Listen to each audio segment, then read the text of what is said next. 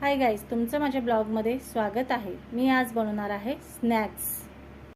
त्याच्यामध्ये लागणारे साहित्य, मी सँडविचवाला ब्रेड घेतला आहे, मी 6 आलू घेतले आहे, ते मी बॉईल करून त्याचे साल काढून घेतले आहे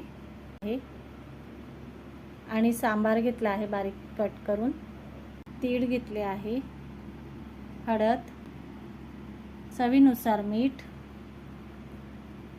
जिरे आणि मीडियम साईजचा कांदा घेतला आहे, मी तो कट केला आहे।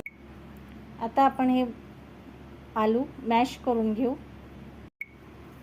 हे आलू आता छान मॅश झाले आहे। पाण्यामध्ये भिजवून आपण याला पण मॅश करूया। बघा गाईस, आता आपण हे आलू आणि ही ब्रेड एकत्र करूया, छान मिक्स करूया। बघा गाईस, आता हे पूर्ण एकत्र करून घे। सांबार आणि हे मसाले पूर्ण एकत्र करूया। बघा गाईस, आता हे पूर्ण साहित्य रेडी झालं आहे। आता आपण यांना शेप देऊन फ्राय करूया। बघा गाईस, मी अशा प्रकारे स्नॅक्सला शेप दिला आहे वेगवेगळा।